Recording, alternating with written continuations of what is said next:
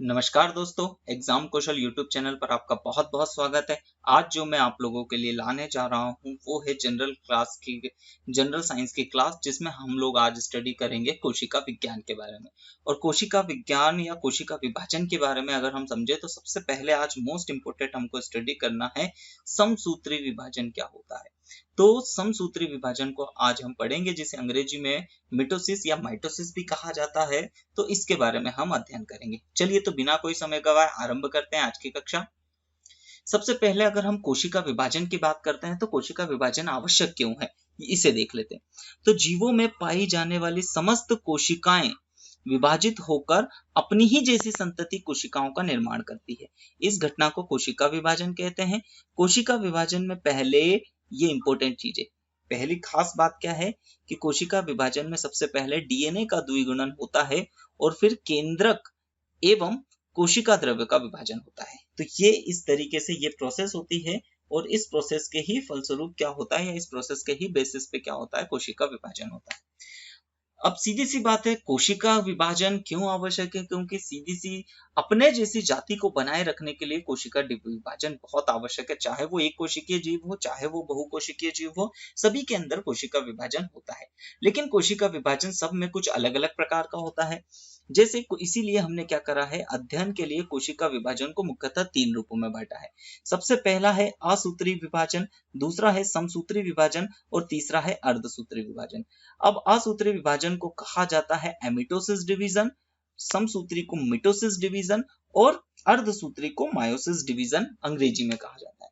तो सबसे पहले हम स्टडी करते हैं, आज की इस क्लास में हम स्टडी करेंगे बेसिकली क्या कि असूत्री विभाजन और समसूत्री विभाजन। अब असूत्री विभाजन को हम स्टडी करेंगे, यहाँ से क्वेश्चंस कुछ कम ही बनते हैं, लेकिन सबसे ज्यादा क्वेश्चंस जो बनते हैं वो समसूत्री विभाजन और अर्धसूत्री विभाजन के बेसिस पे बनते हैं।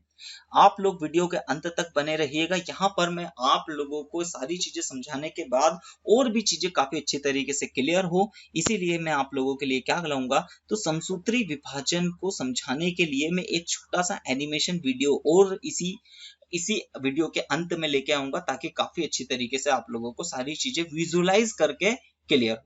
चलिए तो आरंभ करते हैं। सबसे पहला असूत्री विभाजन। अब देखिए असूत्री विभाजन एमिटोसिस डिवीजन। तो इस प्रकार के कोशिका विभाजन में सर्वप्रथम केंद्रक कुछ लंबा हो जाता है, ठीक है, ऑब्वियस सी बात है, न्यूक्लियस कुछ लंबा हो जाता है। फिर मध्य से सकरा होकर डमरू के आकार का हो जाता है, ठीक है। अंत में इसका मध्य भाग आंशिक सकरा होकर 2 भाग में बट जाता है। अब केंद्रक विभाजन के पश्चात कोशिका झिल्ली के मध्य कुछ संकुचन आरंभ होता है और कोशिका द्रव्य भी 2 भागों में बट जाता है। इस प्रकार 2 प्रकार की संतति कोशिकाओं का निर्माण होता है। चलिए ये सिंपल सी बात है, ये है कोशिका, और कोशिका के अंदर ये वाला हिस्सा जो है वो आप लोगों को दिख रहा होगा कि वो है न्यूक्लियस, उसके अंदर स्मॉल साइज है न्यूक्लियोलस, ठीक है। मेनली हम लोगों को नाभिक को ध्यान देना, और बाहर है कोशिका द्रव्य या साइटोप्लाज्म। अब देखिए सबसे पहले क्या होगा कि ये बीच में से लंबा होने चालू हो जाता है, डमरू के आकार का हो जाता है इस तरीके से। फिर ये लंबा होते होते क्या हो जाता है, 2 अलग अलग भागों में बट जाता है और अंत में पूरी की पूरी कोशिका का भी विभाजन हो, मतलब पूरी के पूरे जो जीव द्रव्य है उसका भी विभाजन हो जाता है। तो इस तरीके से क्या होता है कि एक कोशिका से अंत में 2 उसकी संतति कोशिका, जिसे अंग्रेजी में कहा जाता है डॉटर सेल्स, बनती है। ओके, चलिए अब इसका स्पेशल बात आप लोगों को क्या याद रखना है कि असूत्री कोशिका विभाजन की खोज रिमेक ने की थी। कब की थी? तो 1841 में की थी। आगे बढ़ते हैं तो असूत्री विभाजन के कुछ महत्वपूर्ण बिंदु को देख लेते हैं कि सभी प्रकार की प्रोकैरियोटिक कोशिकाओं में यह विभाजन पाया जाता है। यानी जितने भी हम प्रोकैरियोटिक कोशिकाएं देखते हैं, प्रोकैरियोटिक कोशिकाओं का मतलब क्या होता है, जो कम विकसित होती है, स्टार्टिंग की या प्रारंभिक जो कोशिकाएं होती थी उनके बारे में यहाँ पर बात की जा रही है। अब यह एक कोशिकीय जीव में असूत्री कोशिका विभाजन होता है। अब देखिए जितने भी एक कोशिकीय जीव होते हैं उन सभी के अंदर असूत्री कोशिका विभाजन देखने को मिलता है। इसके एग्जाम्पल हम ले सकते हैं जैसे amoeba, okay, amoeba, paramecium, Euglena, बहुत सारे इसके एग्जाम्पल्स हो जाएंगे जो कि एक कोशिकीय जीव है। अब इस प्रकार के कोशिका विभाजन में किसी प्रकार की केंद्रकीय घटनाएं नहीं होती है। जैसे जैसे क्रोमेटिन तंतु का संघनन। अब ये चीजें आप लोगों को आगे जाके जब समसूत्री विभाजन समझूंगा वहां पर जाके चीजें अच्छी तरीके से समझ में आएगी। गुणसूत्रों का दिखाई न देना, केंद्रक झिल्ली का सदैव बना रहना आदि क्या होता है इसके अंदर नहीं होती है। चलिए ध्यान से देखते हैं। अब अगला फोर्थ पॉइंट कि इसमें साइटोप्लाज्म का हिस्सा अलग होकर नई संतति कोशिकाओं का निर्माण होता है। तो साइटोप्लाज्म मतलब जीव द्रव्य का अंत में क्या होता है, वही हिस्से से ही क्या बनती है, दो संतति कोशिकाओं का निर्माण होता है। इसे ही विखंडन भी कहते हैं, फ्यूजन भी इसी चीज को कहा जाता है। अब साथ ही इस विभाजन में केंद्रक समान आकार के हो यह आवश्यक नहीं है। अब देखिए ये बहुत ही इंपॉर्टेंट है। देखिए जैसे एक ये न्यूक्लियस है, अब इस न्यूक्लियस के अंदर ये है पूरी कोशिका। अब इस न्यूक्लियस के अंदर का जब विभाजन होता है तो ये जरूरी नहीं है कि दोनों के न्यूक्लियस बिल्कुल बराबर आकार के। हो सकता है कि एक न्यूक्लियस छोटा और एक न्यूक्लियस बड़ा। इसका मतलब क्या है कि एक के पास जेनेटिक मटेरियल कम आएंगे और दूसरे के पास जेनेटिक मटेरियल ज्यादा आएंगे। तो इस प्रकार से ये दो संतति कोशिकाएं हैं, परंतु फिर भी ये एक दूसरे से कुछ हिस्सों तक भिन्न रहती है। यही बात इंपॉर्टेंट बनाती है इसे।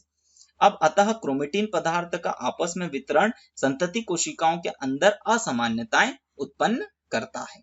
उसके उदाहरण है अमीबा, पैरामीशियम, यीस्ट, प्रोटोजोआ, नील हरित शैवाल, यूग्लिना आदि। ठीक है, चलिए अब हम समझते हैं अगला समसूत्री विभाजन। अब समसूत्री विभाजन ये बहुत आवश्यक है। ठीक है, अब देखिए समसूत्री विभाजन सबसे पहली बात कहाँ देखने को मिलता है, तो समसूत्री विभाजन हमारे मतलब हमारी देहिक कोशिकाओं में देखने को मिलता है। अब देहिक कोशिकाओं का मतलब क्या होता है कि हम इसे कुछ इस तरीके से समझ सकते हैं कि हमारी जो स्किन है, हमारी स्किन के ऊपर क्या होता है कि जब भी क्या होता है कि कहीं हमें खरोच लग जाती है, टिश्यू कटता फटता है, वहां पर कोशिकाओं की संख्या कम हो जाती है, तब ये विभाजन होता है और उसको रिपेयर करता है। साथ ही साथ में हमारे स्किन के ऊपर की कोशिकाएं क्या होती है, कंटिन्यूअसली बढ़ते रहती है, तो वहां पर समसूत्री विभाजन की प्रक्रिया निरंतर चलते रहती है। चलिए इसे समझते हैं कुछ पढ़ के। अब क्या लिखा है कि समसूत्री विभाजन की प्रक्रिया को सर्वप्रथम जंतु कोशिका में जर्मन के जीव वैज्ञानिक वॉल्थर फ्लेमिंग ने सन 1879 में देखा था। यह कोशिका विभाजन सिर्फ कायिक कोशिकाओं में होता है, ये बात याद रखना है आपको। अब कायिक कोशिका, आप इसे देहिक कोशिकाएं भी कह सकते हो। कायिक कोशिकाएं या यहीं पर इसे आप क्या कह सकते हो, देहिक कोशिकाएं भी कह सकते हो। ठीक है, देहिक कोशिकाओं में होता है। अब इनमें गुणसूत्रों की संख्या समान बनी रहती है। इसका मतलब क्या होता है कि एक कोशिका के अंदर, जैसे हम मनुष्य की कोशिका की बात कर लेते हैं तो 23 जोड़े गुणसूत्र। अब इनसे जो दो कोशिकाएं बनती है, उन दो कोशिकाओं के अंदर भी जेनेटिक मटेरियल के अंदर 23 गुणसूत्र ही होंगे। इसका मतलब जब दो संतति कोशिकाएं बनती है तो वो दोनों एक दूसरे के बिल्कुल एक जैसी ही रहती है, साथ ही साथ में वो अपने पितृ कोशिकाओं के बिल्कुल एक जैसे रहती है, कोई भी उनके बीच में अंतर देखने को नहीं मिलता है। अब एक संतति कोशिका दो संतति कोशिका इसमें एक कोशिका से दो संतति कोशिकाओं का निर्माण होता है। साथ ही इनमें कोई अनुवांशिक भिन्नता नहीं होती है। अनुवांशिक भिन्नता कब क्यों नहीं होगी भैया, सीधी सी बात है, 23 जोड़े गुणसूत्र यहाँ भी है, 23 यहाँ भी पहुंच गए, 23 यहाँ भी पहुंच गए। जब सब कुछ सेम है तो कोई डिवीजन मतलब कोई भी अनुवांशिक भिन्नता नहीं होगी। देखिए समझने के लिए आप इसे कुछ इस तरीके से समझ सकते हैं, जैसे हृदय की एक कोशिका है। अब हृदय की कोशिका के अंदर कोशिका विभाजन होगा तो जो नई कोशिकाएं बनेगी वह भी हृदय की कोशिकाएं होंगी, मतलब हृदय की सारी कोशिकाओं के जैसे ही बिहेव करेगी, उन्हीं के कार्यों को परफॉर्म करेगी। आगे देख लेते हैं। अब हम लोग को पूरी उस प्रक्रिया को समझने के लिए, कोशिका विभाजन की प्रक्रिया को समझने के लिए हमको सेल साइकिल समझना पड़ेगा। सेल साइकिल का मतलब क्या होता है कि जितनी भी कोशिकाएं हैं वो अपना पूरा जीवन काल किस तरीके से व्यतीत करती है, उसे ही हम सेल साइकिल यानी कोशिका चक्र कहते हैं। अब देखिए कोशिका चक्र का कुछ इस तरीके से डायग्राम लाया हूं मैं। आप लोग इस पूरे कोशिका या सेल साइकिल को, हम इस पूरे सेल साइकिल को कोशिका चक्र यानी कोशिका के जीवन से लेकर कोशिका के अंतिम पड़ाव तक की अगर प्रक्रिया की बात करें तो उसे हम दो चरणों में बांट सकते हैं। आप लोगों को यहाँ पर दिख रहा होगा, सबसे पहला यहाँ पर क्या है कि ये आप लोगों को दिख रहा है इंटरफेस।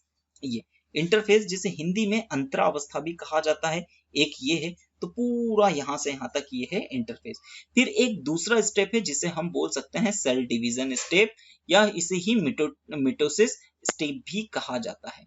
देखिए तो संपूर्ण कोशिका सेल साइकिल को हम दो पार्ट में स्टडी कर सकते हैं, इंटरफेज अंतरावस्था और सेल डिवीजन यानी कोशिका विभाजन की प्रक्रिया। अब इंटरफेज को हम पुनः तीन भागों में बांट सकते हैं, जैसे कि आप लोगों को दिख ही रहा होगा, ये पूरा यहां से यहां तक आप लोगों को दिख रहा है, ये है इंटरफेज। अब इस इंटरफेज में ये वाला जो हिस्सा है ये है जीवन फेज। अब इस जीवन फेज में क्या होता है, तो इस जीवन फेज में सीधी सी बात है, ऑब्वियस सी बात है कि सेल ग्रोथ करता है, ठीक है। जो नई कोशिकाएं बनती है वो नई कोशिकाओं सेल ग्रोथ करता है, उसके अंदर प्रोटीन्स बनते हैं, डीएनए का रेप्लिकेशन होता है, ठीक है। मतलब सॉरी, डीएनए का रेप्लिकेशन तो नहीं होता है, बस सेल की ग्रोथ होती है, सेल विकसित होता है। अब एस फेज सिंथेसिस फेज में क्या होता है, डीएनए का रेप्लिकेशन होता है, यहीं पर क्या होता है, डीएनए का रेप्लिकेशन होता है, ओके। और G2 फेज क्या है, तो G2 फेज के अंदर क्या होता है, तो G2 फेज के अंदर ही मेन चीज क्या होता है कि यहीं पर कोशिका विभाजन की तैयारी होती है, यानी प्रिपरेशन ऑफ मिटोसिस। इसके लिए आवश्यक कोशिका विभाजन के लिए जरूरी आवश्यक जो एंजाइम्स होते हैं वो सारे के सारे एंजाइम इसी स्टेट में बनते हैं। तो यहां तक जो होता है वो इंटरफेज होता है। तो याद रखिएगा कि इंटरफेज जो फेज यानी कोशिका चक्र को हमने दो भागों में बांटा, तो इंटरफेज जो होता है वो कोशिका चक्र का सबसे बड़ा फेज होता है। अब सेल डिवीजन को मुख्यतः हम चार स्टेप्स में बांट सकते हैं, प्रोफेज, मेटाफेज, एनाफेज और टेलोफेज।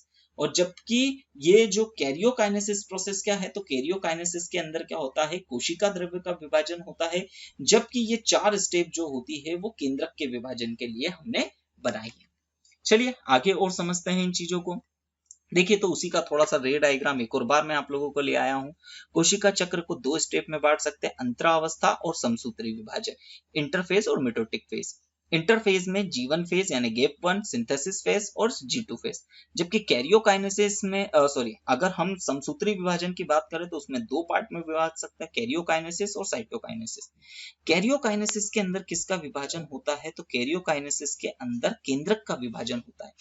जबकि साइटोकाइनेसिस के अंदर अगर हम देखें तो साइटोकाइनेसिस के अंदर किसका विभाजन होता है, तो यहाँ पर जीव द्रव्य का विभाजन होता है। अब कैरियोकाइनेसिस यानी केंद्रक का विभाजन एक जटिल प्रक्रिया है जिसकी स्टडी के लिए हमने इसे पुनः चार भागों में बांटा है, प्रोफेज, मेटाफेज, एनाफेज और टेलोफेज। और अब हम इन्हीं चार स्टेप्स को आगे समझते हैं। चलिए अब समझते हैं भैया अंतरावस्था, इंटरफेज, ठीक है। चलिए इंटरफेज को सबसे पहले हम समझते हैं। तो इंटरफेज में जीवन फेज, जैसा कि मैंने आप लोगों को बताया था, इस प्रवस्था में डीएनए का संश्लेषण, आवश्यक प्रोटीन, आरएनए का संश्लेषण होता है, ठीक है। मतलब कुल मिला के सेल ग्रोथ करता है। फिर एस फेज, तो इस प्रवस्था में डीएनए एवं हिस्टोन प्रोटीन का निर्माण होता है तथा गुणसूत्रों का प्रकृतिकरण या रेप्लिकेशन होता है, जिसके फलस्वरूप डीएनए की मात्रा दोगुनी हो जाती है। अब G2 प्रवस्था में क्या होता है, तो इस अवस्था में कोशिका विभाजन की तैयारी होती है और विभाजन के लिए आवश्यक एंजाइम का निर्माण होता है। अब समसूत्री विभाजन फेज यानी भैया हम मिटोटिक फेज को समझ लेते हैं। तो इसे पुनः दो भागों में बांटा गया है, मुख्यतः कोशिका विभाजन इस चरण में ही पूर्ण होता है, कैरियोकाइनेसिस और साइटोकाइनेसिस। कैरियोकाइनेसिस में अगर हम देखें तो इस चरण में केंद्रक का विभाजन होता है और यह कोशिका विभाजन का सबसे महत्वपूर्ण और जटिल चरण है, जिसे सुविधा पूर्वक अध्ययन के लिए पुनः चार भागों में बांटा गया है, प्रोफेज, मेटाफेज, एनाफेज और टेलोफेज, जिसके बारे में हम लोग आगे चर्चा करेंगे। अब कैरियोकाइनेसिस में क्या होता है, तो कैरियोकाइनेसिस में मुख्यतः केंद्रक का कोशिका द्रव्य का विभाजन होता है, ठीक है। यहाँ पर ये दिख रहा है कोशिका द्रव्य का विभाजन होता है। तो यह कोशिका विभाजन का अंतिम चरण है जिसमें कोशिका द्रव्य का विभाजन होता है। चलिए आगे अब समझते हैं। सबसे पहले प्रोफेज को अगर हम देखते हैं तो प्रोफेज के बारे में देखिएगा, ये बहुत ही इंपॉर्टेंट, ठीक है, और बहुत ही बड़ी प्रोसेस भी है। तो यह सभी अवस्थाओं में बड़ी अवस्था है, ठीक है। मतलब केंद्रक के विभाजन में सबसे बड़ी अवस्था, याद रखेगा, प्रोफेज, मेटाफेज, एनाफेज और टेलोफेज में प्रोफेज जो है वो सबसे बड़ी अवस्था है। अब इस अवस्था में यहां पर ये इसकी जगह क्या लिखा है, तो इसकी जगह केंद्रिका है, ओके, ठीक है। तो इस प्रवस्था में केंद्रिका में उपस्थित क्रोमेटीन बदलकर गुणसूत्र संरचना बनाते हैं, ठीक है। नाभिक के ऊपर उपस्थित सेंट्रोमियर विपरीत दिशा में चलते हैं और केंद्रक कला पूरी तरह से समाप्त हो जाती है। देखिए यार, चीजों को आप समझने की कोशिश कीजिएगा। सबसे पहली बात अगर मैं बनाऊं तो ये है हमारे पास एक कोशिका और इस कोशिका के अंदर ये है न्यूक्लियस। अब ध्यान से देखते जाइएगा। तो इस न्यूक्लियस के अंदर क्या होते हैं, तो न्यूक्लियस के अंदर ऐसे गुच्छे जैसे, बाल के गुच्छे जैसे क्या होते हैं कि क्रोमेटिन धागे पड़े हुए थे, इन्हें ही क्रोमेटिन कहा जाता है। ये लिखा हुआ ना क्रोमेटिन, तो ये क्रोमेटिन इसी तरीके से।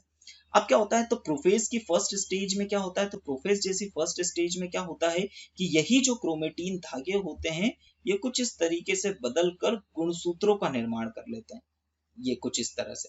तो यहीं पर ये क्रोमोसोम्स बनाते हैं और ये बीच के एक दूसरे से, अब देखें ये क्रोमोसोम्स बनाते हैं और ये क्रोमोसोम्स बिल्कुल इस तरीके का क्रोमोसोम्स है। इसका मतलब इसे क्या कहा जाता है, सिस्टर क्रोमोसोम्स कहा जाता है। ध्यान से समझते जाइएगा कि मतलब ये जो क्रोमोसोम है, ये क्रोमोसोम जो होता है वो बिल्कुल इस वाले क्रोमोसोम्स के जैसा ही होता है।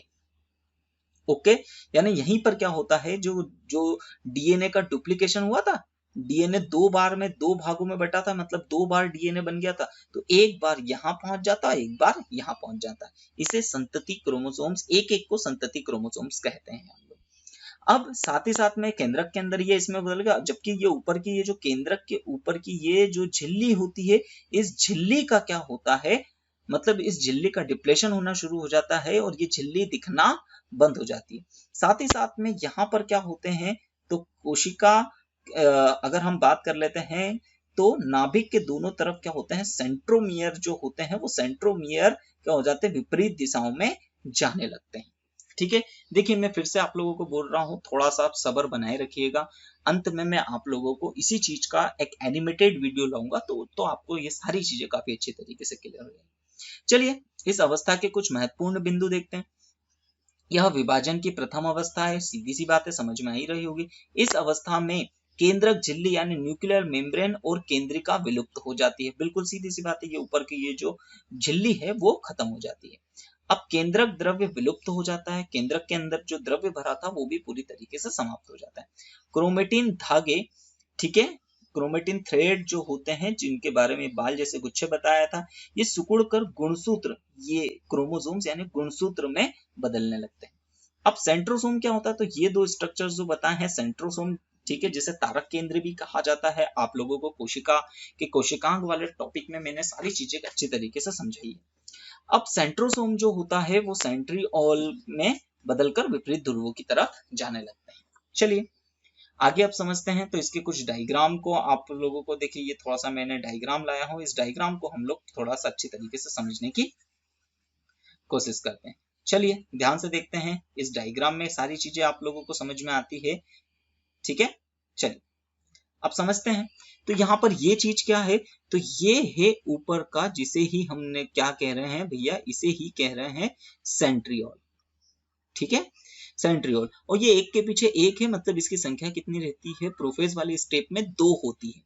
अब ये है केंद्रक के, मतलब ये है केंद्रक न्यूक्लियस, और इस न्यूक्लियस के अंदर ये है थ्रेड लाइक बाल जैसे स्ट्रक्चर, जिसे ही क्या कहा जा रहा है, तो जिसे ही यहाँ पर क्रोमेटिन नेटवर्क कहा जा रहा है, यानी क्रोमेटिन धागे कहा जा रहा है। अब इस प्रोफेज वाले स्टेज में क्या होता है, तो ये जो क्रोमेटिन धागे हैं वो बदलकर किस में कन्वर्ट हो जाते हैं, इस क्रोमोसोम्स में बदल जाते हैं। जबकि यहाँ पर जो सेंट्रियोल है, जिसके, ठीक है, यहाँ पर ये जो सॉरी सेंट्रियोल नहीं है, ये है सेंट्रोमियर, गलत हो गया, थोड़ा सा समझने की कोशिश कीजिएगा, ये है सेंट्रोमियर, ठीक है, ओके। जिसे हिंदी में क्या कहा जाता है, तो हिंदी में इसे कहा जाता है तारक केंद्र कहा जाता है, ओके।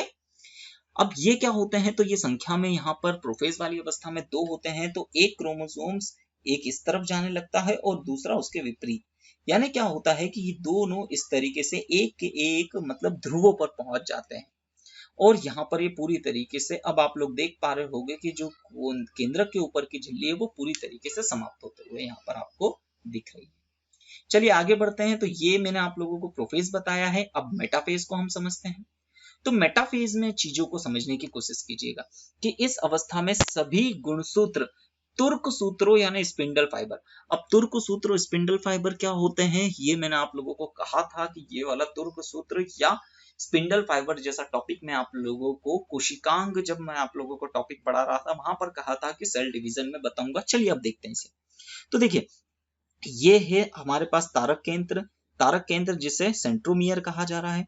अब इससे कुछ स्पिंडल फाइबर्स कुछ ऐसे निकलना शुरू होते हैं। फाइबर्स मतलब एक इस तरीके से स्ट्रक्चर जैसे निकलना शुरू होते हैं, ये यहाँ पर ये, इन्हें ही स्पिंडल फाइबर या तुर्क तंतु कहा जा रहा है। इस तरीके से निकलना प्रारंभ होते हैं। अब ये कहां पर जाकर अटैच्ड हो जाते हैं, तो ये देखिए, ये है एक क्रोमोसोम्स, तो ये है एक क्रोमोसोम्स, और इस क्रोमोसोम्स को सेंटर में ये एक दूसरे से कनेक्टेड रहते हैं, और यहाँ पर एक विशेष टाइप का प्रोटीन होता है, और इस सेंटर वाले इस नाम को ही क्या कहा जा रहा है, तो इसे कहा जा रहा है सेंट्रिओल। चीजें समझ में आ रही है? यानी गुणसूत्रों के मध्य वाले उस हिस्से को सेंट्रियोल कहा जाता है, ठीक है। और जबकि ये है सेंट्रोमियर, ध्यान से समझते जाइएगा, ये वाला जो स्ट्रक्चर है, ये वाला इसे कहा जा रहा है सेंट्रियोल, और यहाँ से जो स्पिंडल फाइबर्स, इसे ये मतलब ये वाला जो हिस्सा है इसे कहा जा रहा है सेंट्रोमियर।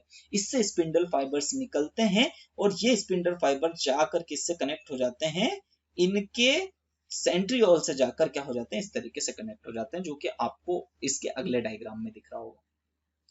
फिर सारे के सारे ही क्या करते हैं, तो सारे के सारे ही क्या होते हैं, फिर ये स्पिंडल फाइबर्स इनको खींच तान के क्या होते हैं, एक लाइन में अरेंज कर देते हैं। तो ये था हमारे पास मेटाफेज। ध्यान से देखते जाइएगा। अब यह विभाजन की द्वितीय अवस्था है। इस अवस्था में गुणसूत्र सबसे स्पष्ट दिखाई देते हैं। अगर गुणसूत्रों को देखना हो तो इस स्टेप में सबसे अच्छी तरीके से देख सकते हो आप। अब सेंट्रिओल से, ठीक है, सेंट्रिओल से तुर्क तंतु का निर्माण होता है, जो गुणसूत्र से आकर चिपक जाते हैं। चलिए आगे अब समझते हैं। एनाफेज को हम समझते हैं। तो एनाफेज वाली कंडीशन में क्या होगा, तो एनाफेज वाले स्टेप देखिए, मेटाफेज में तो क्या हो गया था, ये बिल्कुल एक लाइन में इस तरीके से अरेंज्ड हो गए थे, ओके, बिल्कुल एक के पीछे एक, ठीक है। अब एनाफेज वाले स्टेप में क्या होता है, तो एनाफेज यह सबसे छोटी अवस्था है, याद रखिएगा। प्रोफेज, मेटाफेज, एनाफेज और टेलोफेज में सबसे छोटी स्टेप एनाफेज है। इस अवस्था में गुणसूत्र अर्ध गुणसूत्र में बदलकर विपरीत ध्रुवों में जाने लगते हैं। ध्यान से समझते जाइएगा कि यहां तक ये वाले स्टेप तक तो मेटाफेज में था। अब ये स्पिंडल फाइबर सिकुड़ना शुरू हो जाते हैं, और सिकुड़ के क्या हो जाते हैं, ये जो गुणसूत्र थे, जो दो संतति गुणसूत्र थे, तो ये एक गुणसूत्र ऊपर की तरफ जाने लगते हैं और दूसरे गुणसूत्र नीचे की तरफ। इस तरीके से दो बराबर बराबर गुणसूत्र अलग अलग दिशाओं में जाने लगते हैं। तो ये था एनाफेज। अब जबकि हम लास्ट स्टेप टेलोफेज की बात करते हैं, तो इस अवस्था में संतति गुणसूत्र ध्रुव पर पहुंच जाते हैं। देखिए ये पहुंच गए, ये गुणसूत्र ध्रुव पर पहुंच गए, और यहाँ पर पुनः गुणसूत्र खुलकर क्रोमेटिन संरचना बना लेते हैं। मतलब ये जो गुणसूत्र थे, ये खुल के वापस से वही बालों जैसी संरचना बनाना शुरू कर देते हैं, ठीक है। और केंद्रक कला बनने के पश्चात दो केंद्रकों का निर्माण हो जाता है। इसके बाद साथ ही में क्या होता है, दो केंद्रक भी बनना शुरू, मतलब केंद्रक के ऊपर की जो झिल्ली है, वो केंद्रक के ऊपर की झिल्ली भी बनना शुरू हो जाती है। तो इस तरीके से आप लोग देख पा रहे होंगे कि एक कोशिका है ये पूरी, इस कोशिका के अंदर दो न्यूक्लियस बन गए, ठीक है। अब केंद्रक तो दो बन गए हैं, लेकिन कोशिका का अभी भी विभाजन पूरा नहीं हुआ है, क्योंकि अभी जीव द्रव्य बाकी है। तो अगले स्टेप में बढ़ने से पहले इसके कुछ महत्वपूर्ण बिंदु देख लेते हैं। तो इस अवस्था में अर्ध गुणसूत्र विपरीत ध्रुवों पर चले जाते हैं, केंद्रक भित्ति का पुनः निर्माण होने लगता है, अर्ध गुणसूत्र क्रोमेटिन धागे में बदलने लगते हैं, कोशिका द्रव्य विभाजित हो जाता है, ओके। साथ ही में अंत में क्या होता है, दो। अब देखिए ये कोशिका विभाजित हो जाता है, यानी साइटोकाइनेसिस की प्रोसेस भी यहीं पर बता दी गई है, लिख दी गई है। चलिए कोशिका द्रव्य का विभाजन। अब देखिए अंत में जीव द्रव्य का विभाजन होता है। इस प्रकार दो नई संतति कोशिकाओं का निर्माण होता है। तो देखिए ये एक कोशिका से दो कोशिकाओं का निर्माण हो गया है, जो जेनेटिक रूप से बिल्कुल एक जैसी, 23 गुणसूत्र इसमें, 23 गुणसूत्र इसमें, यानी कुल मिला से संरचना और जेनेटिक मटेरियल के रूप में दोनों कोशिकाएं बिल्कुल एक जैसी होती हैं। एक्चुअली हम बोले तो तीनों कोशिकाएं बिल्कुल एक जैसी होती हैं। चलिए अब सारी चीजों को और अच्छी तरीके से क्लियर करने के लिए मैं आप लोगों के लिए एक वीडियो लाता हूं। तो उस 3D वीडियो के जरिए, एनिमेटेड वीडियो के जरिए आप इन्हीं सारी चीजों को काफी अच्छी तरीके से समझते हैं। चलिए तो हम वीडियो की तरफ बढ़ते हैं। चलिए तो एक वीडियो के जरिए हम देखते हैं माइटोसिस की प्रोसेस को। अब यहाँ पर क्या है कि जब भी रिप्रोडक्शन के बाद जब भी कोशिका बढ़ती है, सेल ग्रोथ होता है, रिपेयरिंग होती है, तब यहाँ पर माइटोसिस सेल डिवीजन होता है। अब इस माइटोसिस सेल डिवीजन के परिचय में हम लोग आगे समझते हैं। तो देखिए, जैसे कि हमारी जो स्किन कोशिकाएं हैं, ये है हमारी स्किन की सेल, और इस स्किन की सेल में कंटिन्यूसली सेल डिवीजन इस तरीके से होते रहता है और नई नई कोशिकाओं का निर्माण होते रहता है। ये है समसूत्री विभाजन। अब इस समसूत्री विभाजन यानी कोशिका विभाजन का एक संपूर्ण एक कोशिका चक्र होता है। इस कोशिका चक्र के अंत में क्या होती है, दो डॉटर सेल्स बनती हैं जो जेनेटिकली एक दूसरे से बिल्कुल एक जैसी होती है।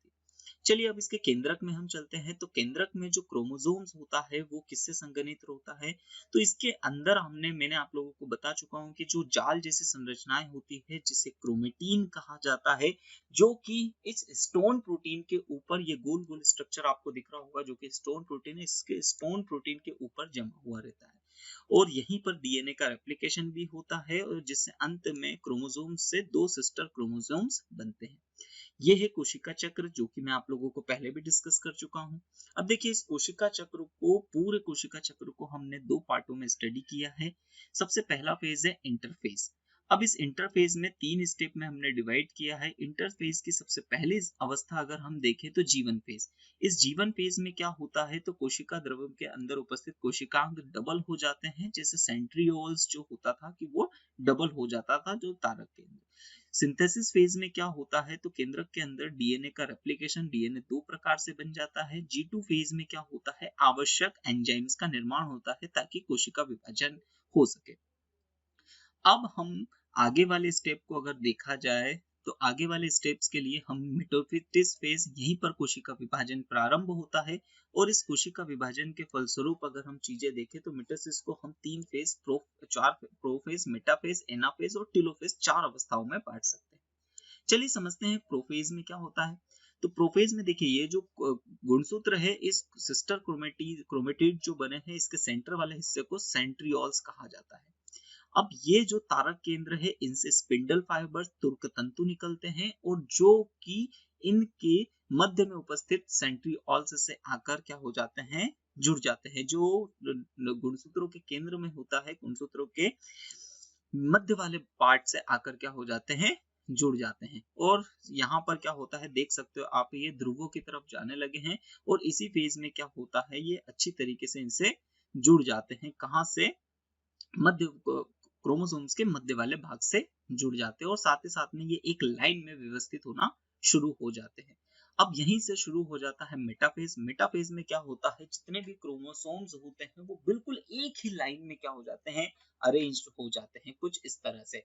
आप लोगों को वीडियो में काफी अच्छे तरीके से सीन हो रहा होगा, दिख रहा होगा। अब चलिए एनाफेज में देखते हैं। तो एनाफेज में ये जो स्पिंडल फाइबर्स हैं सिकुड़ते हैं, जिसकी वजह से क्रोमोसोम्स दो ध्रुवों की तरफ अलग अलग होना शुरू हो जाते हैं। अंत में टेलोफेज में क्या होता है, तो केंद्रक के भी, मतलब ये जो अवस्था है, इसके अंदर पूरी तरीके से क्रोमोसोम्स अलग अलग हिस्सों पे चले जाते हैं और दो केंद्रक का निर्माण करते हैं। तो इस तरीके से दो केंद्रक का निर्माण करते हैं और इसी अवस्था में वापस से केंद्रक झिल्ली बनना शुरू हो जाती है और गुणसूत्र खत्म होकर वापस क्रोमेटिन नेटवर्क बनाने लगते हैं। और यहीं पर क्या है कि साइटोप्लाज्म में अंत में कोशिका द्रव्य के अंदर जो विभाजन होता है, जिसके फलस्वरूप अंततः दो कोशिकाएं बनती है और इस तरीके से संपूर्ण कोशिका चक्र कंप्लीट होता है। कैरियोकाइनेसिस में फाइनली दो कोशिका द्रव्य का विभाजन होता है। चलिए, तो ये इस वाला टॉपिक आप लोगों को काफी अच्छे तरीके से समझ में आया होगा। अगर आपने अभी तक हमारे YouTube चैनल एग्जाम कौशल को अगर सब्सक्राइब नहीं किया है तो सब्सक्राइब कीजिए और अगर वीडियो पसंद आ रहा है तो प्लीज यार वीडियो को लाइक जरूर कीजिए। साथ ही साथ में बेल आइकॉन को प्रेस कीजिए ताकि ज्यादा से ज्यादा आप लोगों को हमारे द्वारा दी गई नोटिफिकेशन आप लोगों को मिल सके। और साथ ही साथ में यार, अगर आप लोगों को वीडियो पसंद आ रहा है तो प्लीज आप शेयर भी कीजिए, क्योंकि मैं काफी मेहनत से आप लोगों के लिए वीडियोस बना रहा हूं। आपके शेयर के जरिए मैं चाहता हूं कि ज्यादा से ज्यादा लोगों के बीच में ये वीडियोस पहुंच सके और मैं इसी तरीके से आप लोगों के लिए मस्त मस्त बढ़िया बढ़िया वीडियो बनाता रहूं। चलिए, तो आज की क्लास हम यही समाप्त करते हैं। मिलते हैं अगली क्लास में अर्धसूत्री विभाजन के साथ।